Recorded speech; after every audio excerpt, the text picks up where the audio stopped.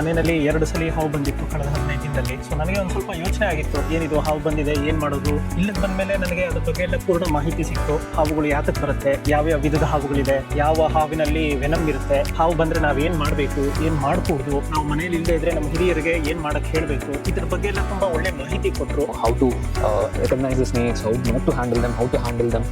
And I would say this is one of the most KTs which they are doing for the public, and they are giving the education to the school people as well. ಕೇವಲ ಎರೆಹುಳು ಮಾತ್ರ ರೈತನ ಮಿತ್ರ ಅಲ್ಲ, ಹಾವುಗಳು ಕೂಡ ರೈತನ ಮಿತ್ರ.